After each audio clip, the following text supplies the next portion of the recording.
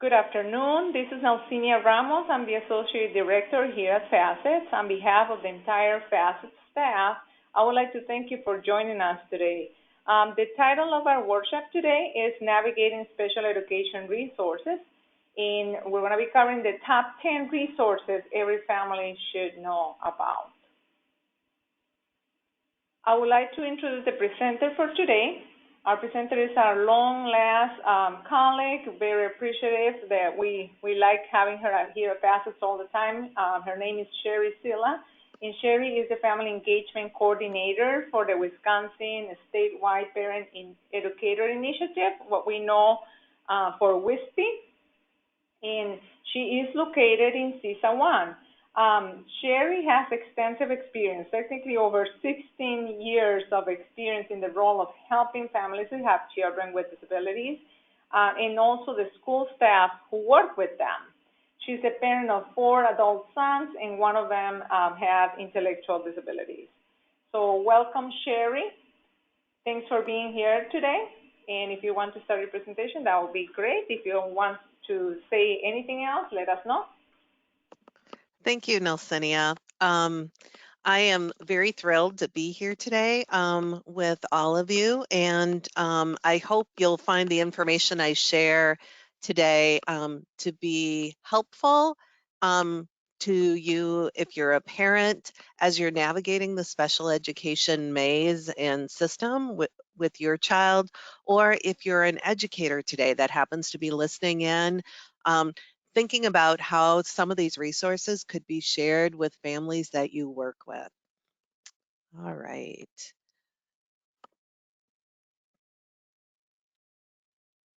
So this session today will include specific strategies and resources that will help every parent become a more informed and confident advocate for their child. The focus of this session will be on building a parent's capacity to have the knowledge to be an effective team member. Throughout the session, participants will find helpful tips and resources that they can readily use as they support their child's learning in school. So building awareness of specific strategies and resources, and then building on those, the knowledge and skills that one can use. So before we go into the resources, I just want to say a few words about the first step of being the best possible advocate for your child, and that's being organized. Today, I will be using the parent record file that both Wisconsin Facets and WISPE offer to families as an organizational tool. So I'm going to be using that to kind of guide my presentation that I'm sharing with you today. So the parent record file is one tool that can help parents stay more organized. The file is divided into 7 areas, and so as I talk through the different types of resources today, I'll use those 7 areas to kind of guide that that discussion. But really, the 7 areas really provide an easy way to organize your child's records and information received from the school. The file comes not only in English, but it's also available in Spanish. And many of the resources that I share today also do come in Spanish. Sometimes families may use other organizational strategies to gather and keep their child's records and paperwork. Other examples that you see on the screen here would include the 3-ring binders, bankers boxes, sometimes those big plastic containers, clear plastic containers. I still have a file cabinet at home that's still full of all the IEPs and paperwork from the years that my son was in school and had an IEP. And now even more so, as I talk with families have shared with me that sometimes they use electronic means of organizing. So one family shared with me their Google folder system for organizing all the documents and things like that that they get from the school, because so many of our schools use an online system um, to not only keep track of records and grades and things like that, but just their communication. Um, Sometimes families use their email system and have an email folder set up separately as well, just to organize all those communications from school.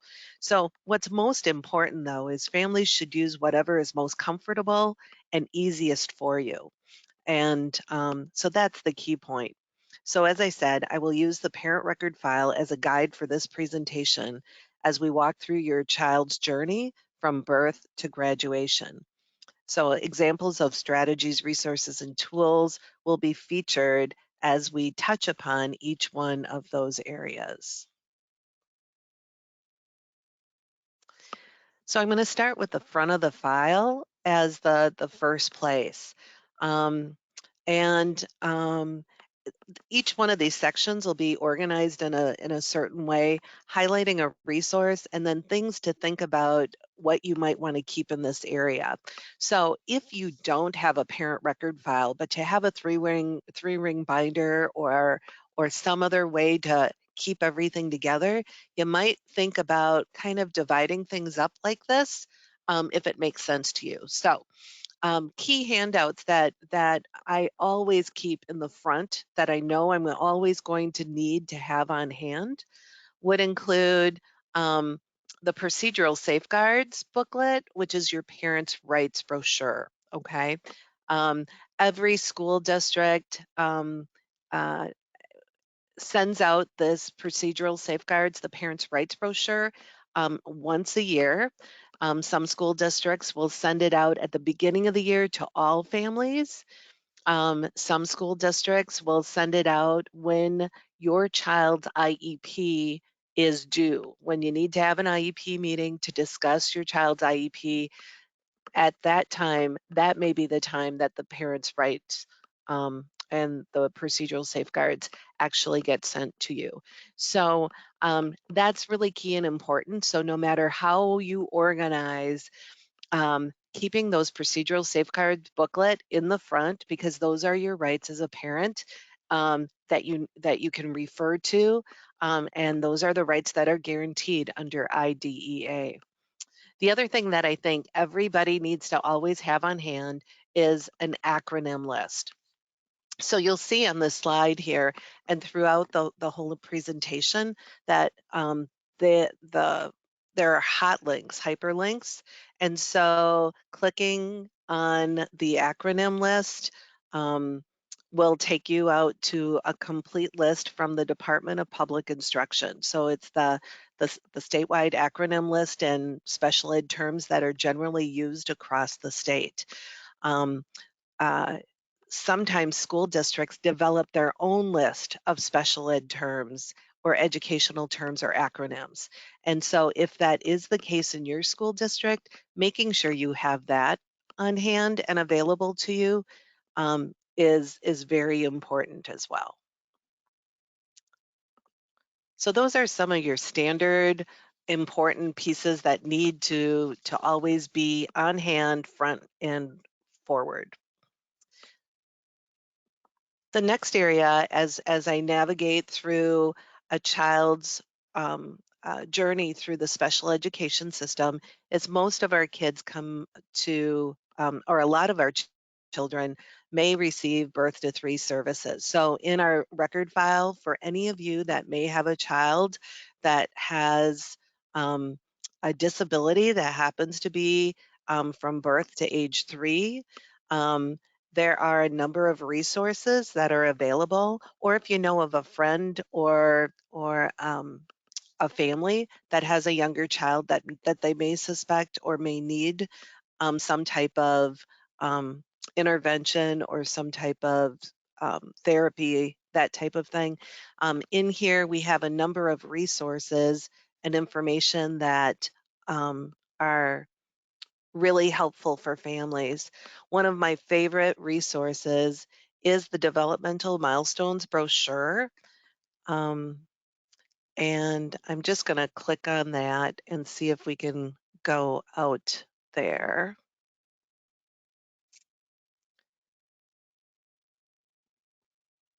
Nelsinia, can we see the track your child's developmental milestones? Yes, we can. Okay, excellent. I just wanted to make sure it transitioned there. So this is a wonderful resource that I have handed out and given out to families that have little ones.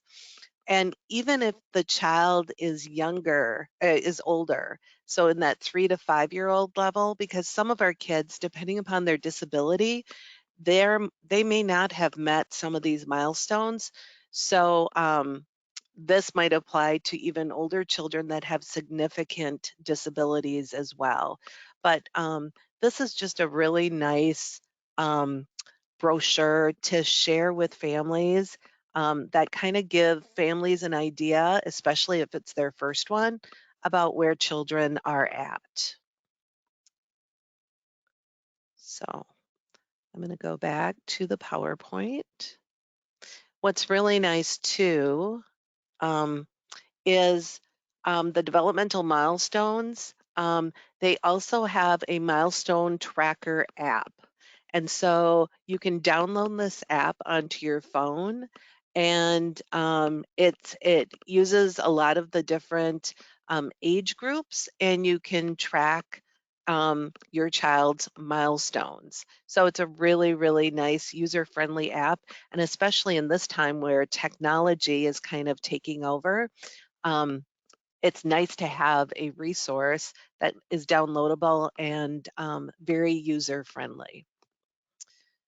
Things that parents, when you're getting organized and things like that, you'll notice on this slide we talk about resources and handouts.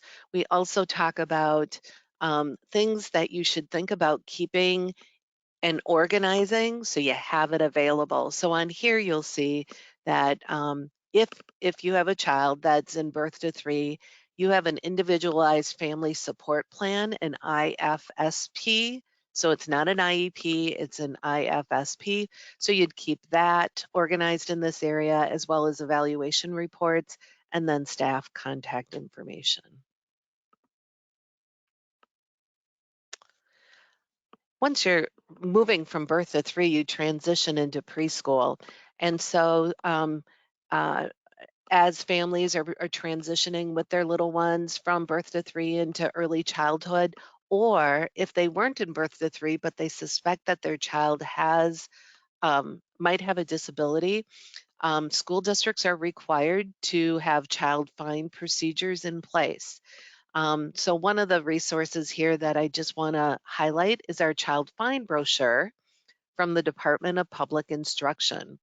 So this is linked in here too. So, and what's really nice here is, like the milestone, developmental milestones from birth to 3, we have this really nice brochure that has some really nice milestones for children that are ages 3, 4, and 5. So, and you'll notice that each one of those areas are broken up into social and emotional, cognition and general knowledge, language and communication, movement, and hand and finger skills. So this is a really helpful, useful brochure that can be given, shared, provided to a family to help them understand where children, typical children, ages 3, 4, and 5, might be functioning at, and that'll give you some idea, parents, some ideas to whether or not should I be concerned or not, or just to be rest assured that, you know, sometimes children take longer to move through these milestones as well, but it's nice to know what's coming ahead and what to look for, right? So, so at any rate, another resource that I wanted to feature here. And then as families and their child are transitioning into the early childhood program, really asking questions about what types of early childhood options and services are available through the school district is most important here, and understanding what those options look like, and just learning about how that transition from birth to 3 into the public school early childhood program looks. The next section I'm going to talk about, and this one carries throughout, so all the way from birth through graduation, but it's smack dab in the middle because really this is the heart and core and of everything that we do as families and educators in supporting our child or our students with disabilities. We need to be able to communicate with one another and to have open lines of communication. So in this particular area, what I'd like to feature is a couple of different resources here, because communication normally is about probably 90 to 95% of the time when I get phone calls from parents that are struggling with their school system for their child. It's typically somewhere along the way there's a communication breakdown. Something wasn't communicated to someone else, it was misunderstood, or there's just a sheer lack of communication at all. So this is the area that I think we really need to focus on and really need to think about. So the first thing I have to share here is the communication options for families. So I'm going to start with that one. This takes us right to our WISPE website. And the reason why I did that is because we do have the communication options for families available in English, Spanish, and Hmong, and they're downloadable here on the right-hand side of the screen. So I'm going to open up the English version. And so parents oftentimes, when they do call, have a question or they disagree with a decision of the school. And so as this states, families do and schools have a built-in partnership with the child as the focus. And we need to nurture and grow this partnership in order to effectively work together. So this document helps families understand what questions they can ask if they have any questions or concerns, and what they can do to resolve or to get answers to those questions or concerns. So this takes you through what you can do. Most of the time, if there's a communication breakdown and it's about something IEP related, typically holding a meeting. It doesn't necessarily have to be a full meeting of the IEP team. Maybe it's just certain people, but most of the time there's a need for a meeting of sorts to work out whatever the misunderstanding is and to establish some clear understanding. Sometimes concerns are not fully resolved in those meetings, and so just know that there are steps to resolving those problems.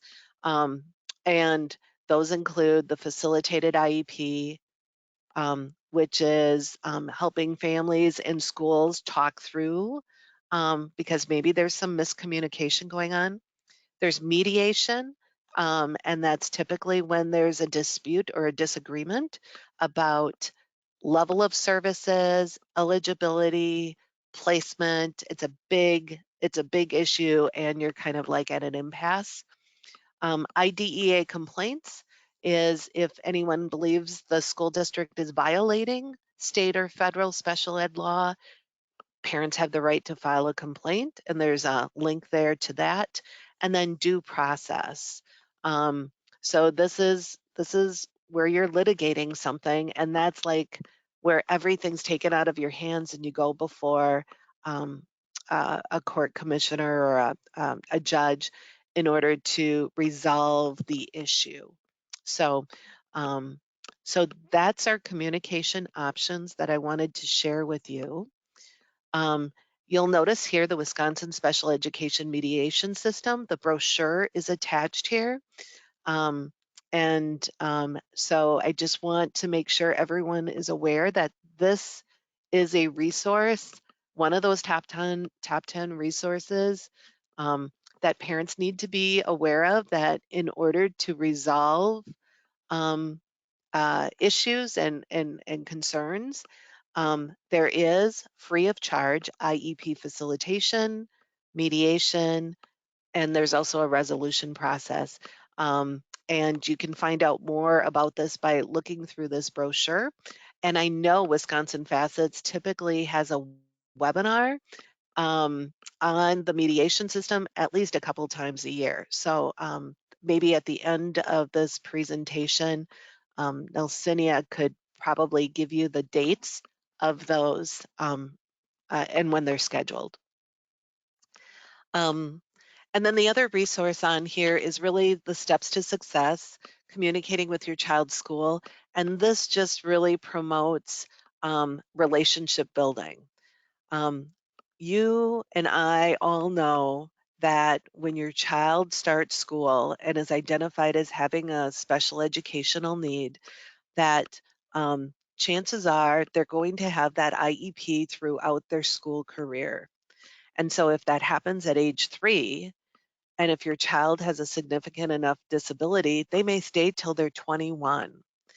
And so it's really important that parents and schools and educators really work on that relationship and really think about our communication, because we only can control our own personal communication skills and what we do. And we know that in order to build effective partnerships, you got to be able to communicate with one another. So this resource just kind of just reminds everyone about um, how to be mindful of your communication and trying to work together in partnership. So that's the other resource that I share with you here today. Things to keep in this area. I am a big promoter of keeping notes and communications organized and in a file, okay? Because it's far too easy to forget what was said or stated. And I really believe in establishing a paper trail. So just 2 tips there in regard to that. The next section, excuse me, is in regard to keeping a place and having a place for evaluations and reports. And again, if you had the Blue Parent Record File folder, you'd know that on the file divider, there's actually a really great explanation in regard to the 3 types of evaluations. There's just your regular evaluation, their initial evaluation as your child is becoming qualified for special ed. Excuse me. The reevaluation, which usually occurs every 3 years to determine whether or not your child still continues to be eligible to receive special education services. And then there's the independent evaluations. So if a parent should disagree with the evaluation that was done by the school, parents are able to request an independent educational evaluation at the expense of the school district. So that's explained in your parents' rights brochure, but it's also explained in a number of other areas as well. So under evaluations and reports, when I think about parents being a participant in an IEP meeting, oftentimes everyone else comes with a report or an evaluation or something, but families don't always have that opportunity to do that. So um, I've included resources on here. One is called the Student Snapshot for families, which is an input form for families to answer questions about their child before an IEP meeting, and then to share that information with school staff so that their perspective and their input can be included in the IEP. And then there's also the My Snapshot. So for students that are old enough and able to, it's an input form for students to be able to give input into the IEP, into the development of it. The next section is on individualized education programs. So wonderful resources in this area that I'm really super excited about. The one in particular, well, actually the two. So an introduction to special education booklet. I'm going to go to that. This is the Cliff Notes version of special education in plain language. And I think this little booklet, it's only 14, 15 pages long. I think every family should have this booklet in order for them to just know some of the real basics of what the IEP is about, how the IEP process runs, what to expect, how to resolve issues, those types of things. So you'll notice right in the beginning, we talk about acronyms, and we also have agencies on the right-hand side. Facets, Disability Rights, and WISPE are the three organizations that are listed here to help families navigate the special ed process. And then as you go through the book, it talks about who's on the IEP team, how you refer your child in order to obtain an evaluation, and how do you write that referral. So it gives you tips on how to write that referral letter. It tells you about the steps in the process. And so here are the steps that the school district will follow in the IEP team process. It talks about the permissions families have to give, the evaluations. It talks about the IEP team, as well as ideas for the IEP team, how to write the IEP, and where your child will receive services, what happens after the IEP team meeting, and then solving problems, which we just talked about under communication, home and school communication. This also addresses problem solving. They've got more special education words on here, so more definitions and things like that. And then at the very back, there's a worksheet for families so that you can write things down, but also share information and think about your child's strengths, their needs, and things like that. So at any rate, so that's a really nifty resource for families, and it comes in both English and Spanish. And then what's really nice here is the IEP checklist by Wisconsin Facets. This is another one of those resources that I think is just super awesome. So it's an 8-page booklet that goes through the before, during, and after. Whoops.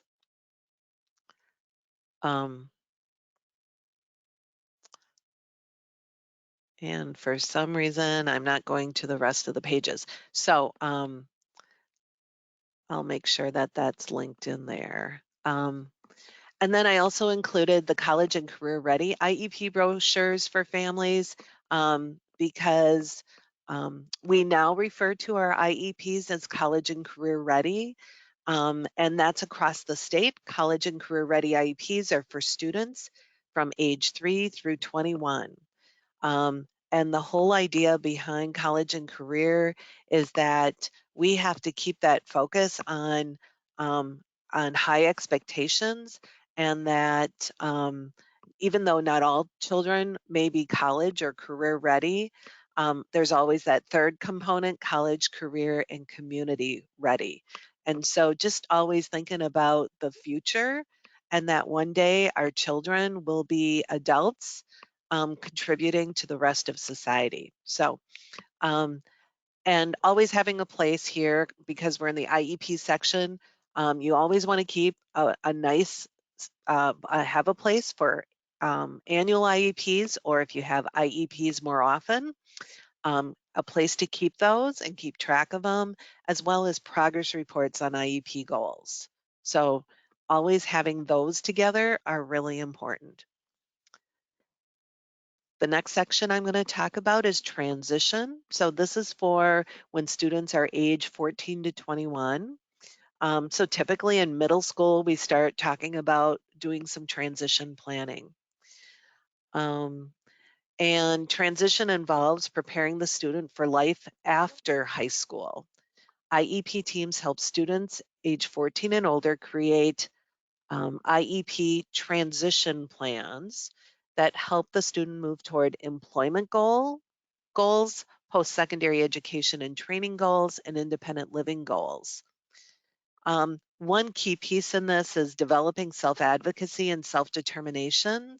It's really an essential piece of it. And so knowing who to contact and where to find services and agency providers for those services they need is essential for our students and our families.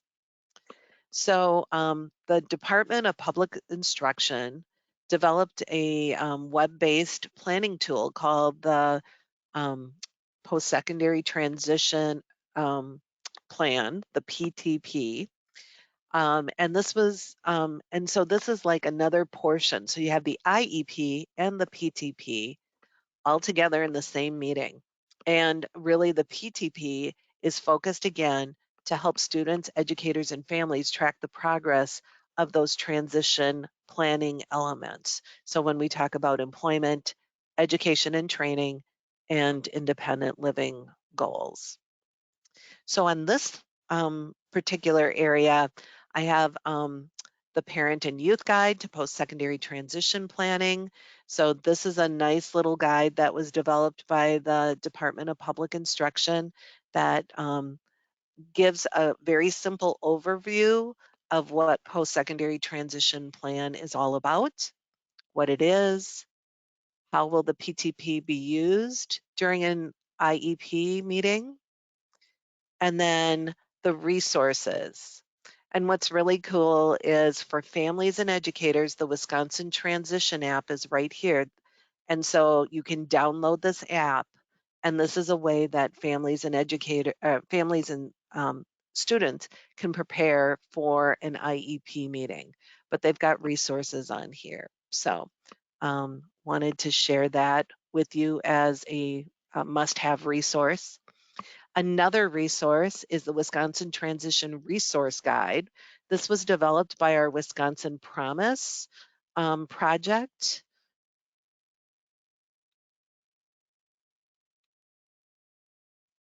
Okay, that is not working.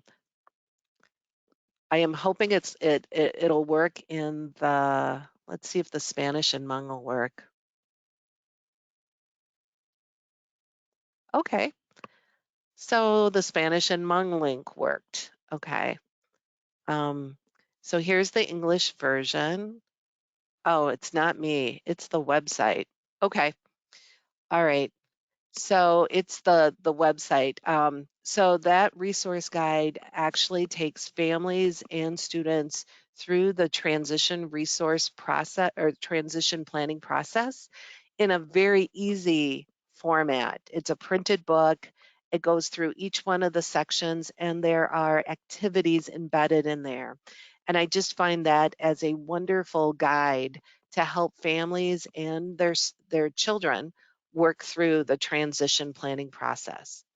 And then finally, how to use the Wisconsin Transition app. I mentioned that up above.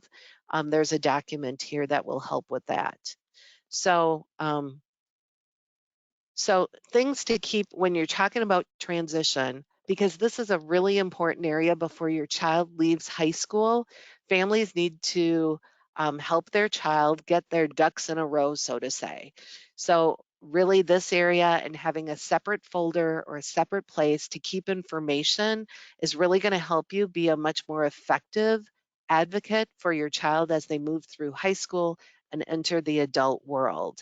So there's transition assessments, work evaluations, if your child's going to college, testing information, and then information from agencies such as DVR really need to be all kept in one place.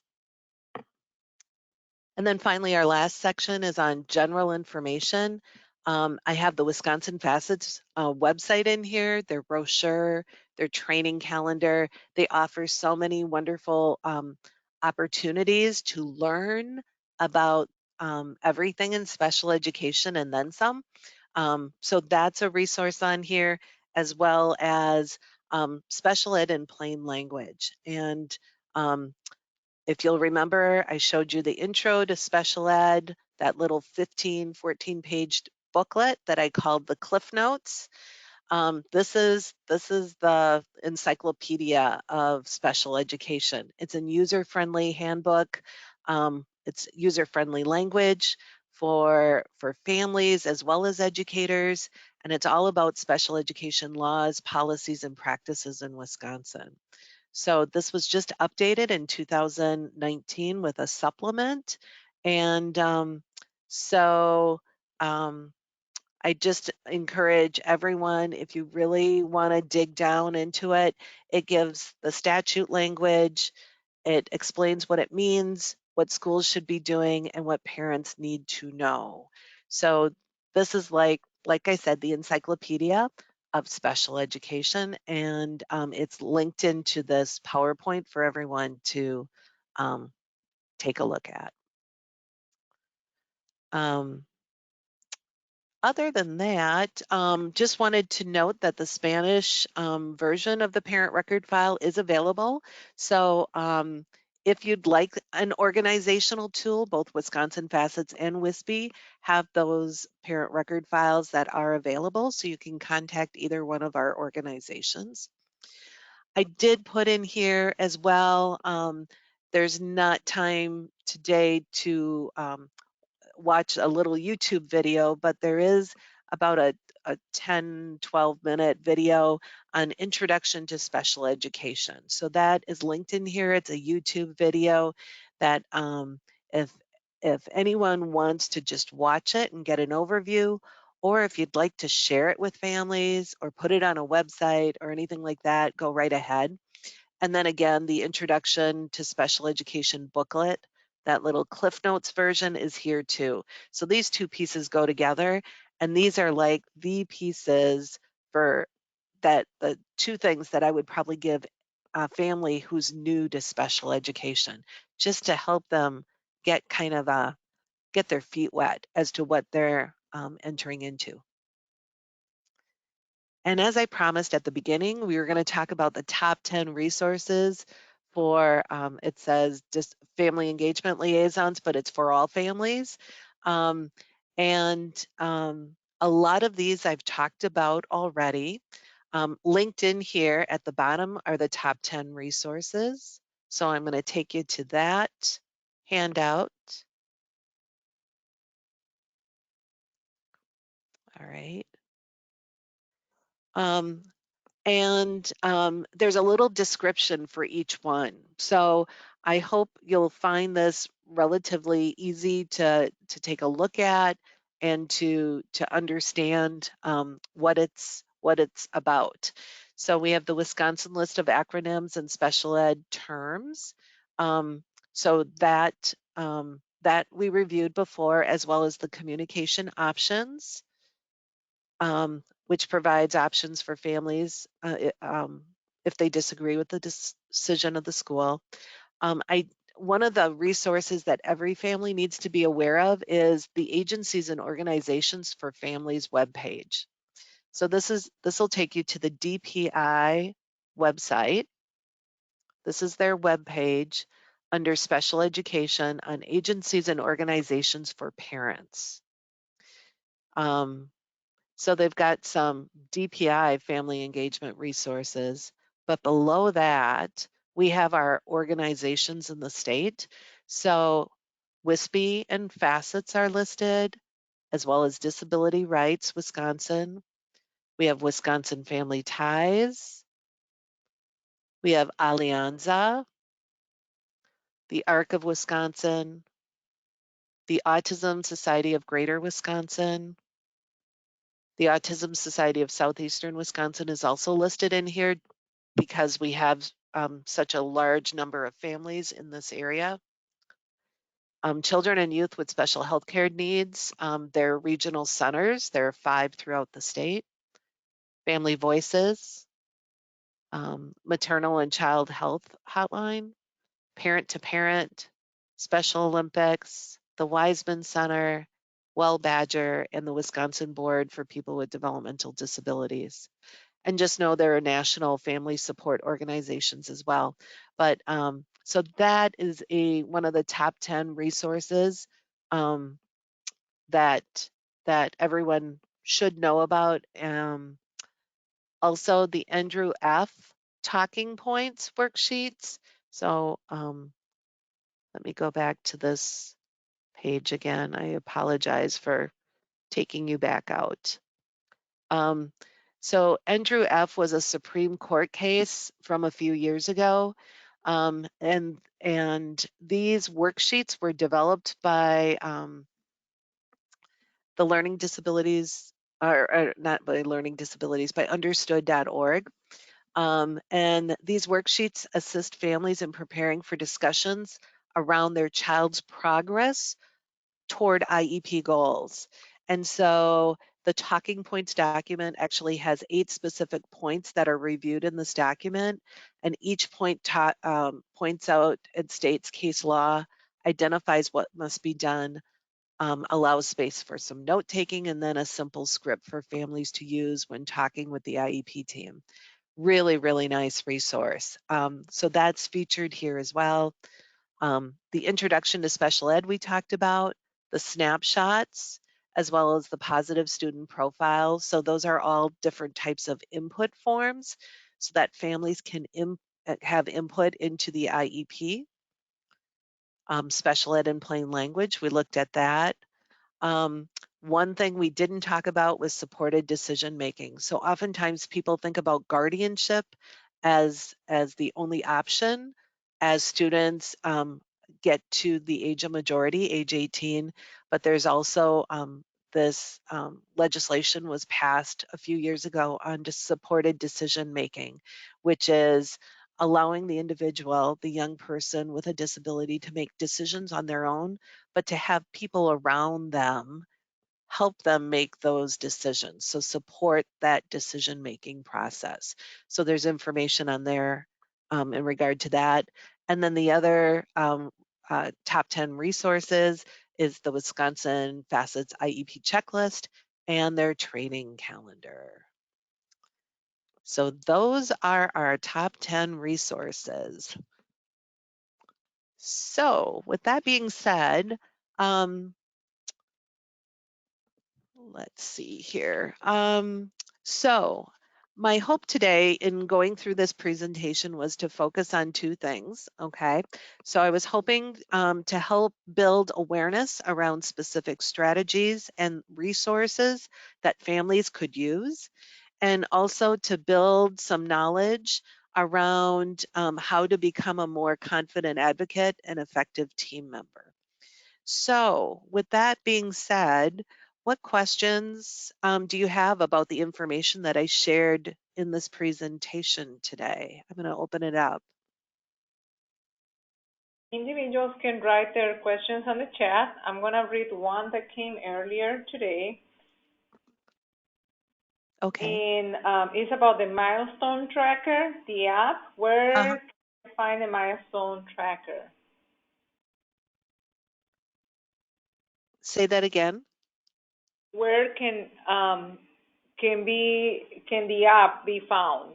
The milestone tracker. Oh yeah. Okay. So if you go to either your Google Play Store or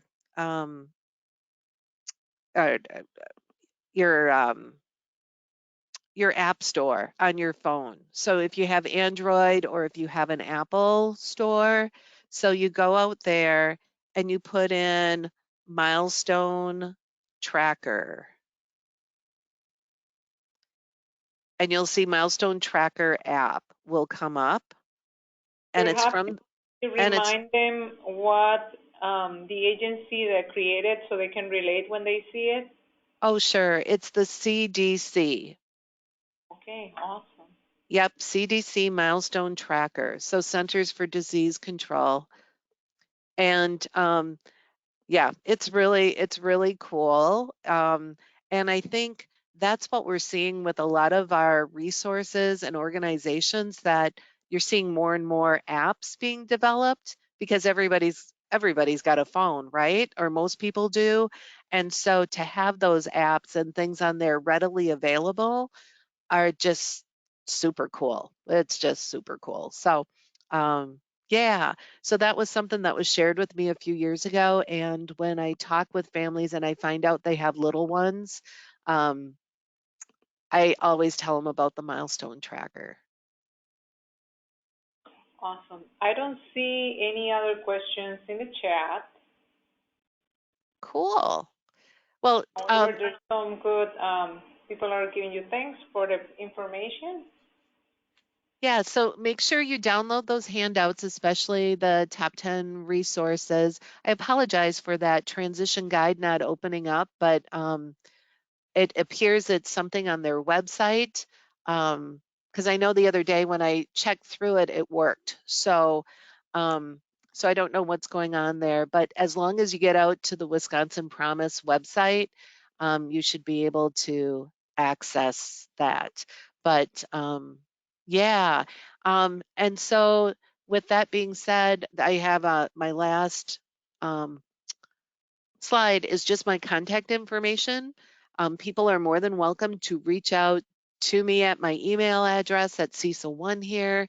Um, and if you're not from around the CISA1 southeastern Wisconsin area and you're from other parts of the state, we have WISPE coordinators in all 12 regions, 12 CISAs around the state. And so just going out to the WISPE.org website and click on contacts or contact us, and it'll open up and it'll list out all the people. There's about 15 of us around the state that are there to help families as well as educators in schools that have questions about special education and working with families. So, and like I said, you can always contact Facets too, because they're great partners in this work of family engagement. So. Thank you, Sherry, for your most informative presentation.